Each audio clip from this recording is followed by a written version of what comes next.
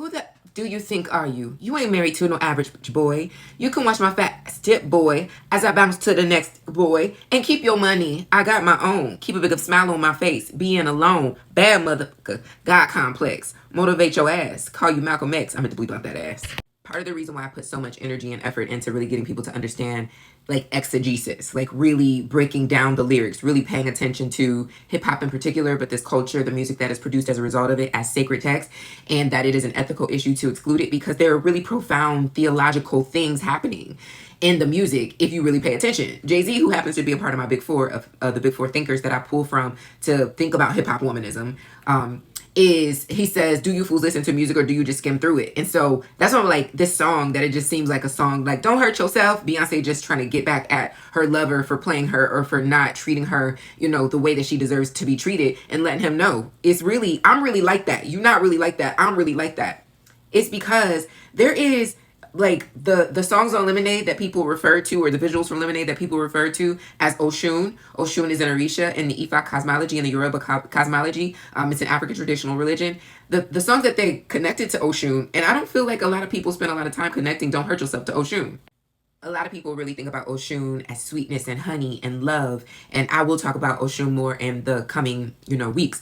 But what I want to say about Oshun as it pertains to this song is, there is one of my favorite stories about Oshun is the time that the other Orisha was trying to play in her face, and Oshun just dried up all the water and was just basically like, okay, well, if you ain't going to include me or think about me or consider me in this conversation, then I will just take the water and leave. And so as a result of Oshun drying up all the water, all the other Orisha eventually had to come back and like make it right and reconcile and repair the situation. And so when I hear Beyonce say, I am the dragon breathing fire, beautiful man, listen, it's like, do you understand that no matter how sweet I look, no matter how chill I look, that there's something powerful underneath this, and that when I really show up in it and show up to it, it is transformative. What I love about this for Black women is there is now this this spiritual, profound language that we can lean into.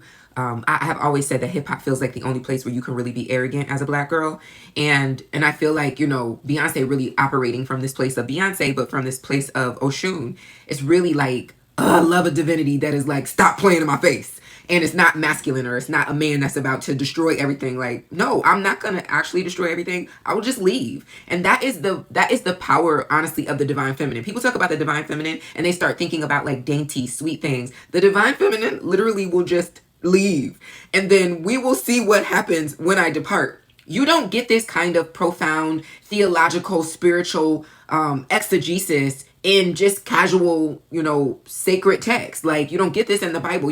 It might be there, but it's not there as it pertains to women. You got to search for it. You got to deal with Esther. You got to like do all this digging to get it. And then meanwhile, Beyonce just shows up in Lemonade and is like, let me show you actually what would happen if I really, like, who do you think you are? That is the thing. This is the divine feminine saying to the sacred masculine, or just saying to the masculine in general, because at this moment, this man is not being sacred. He's not behaving in the sacred. But that's the divine feminine showing up and looking at the masculine and saying, I think you got things confused.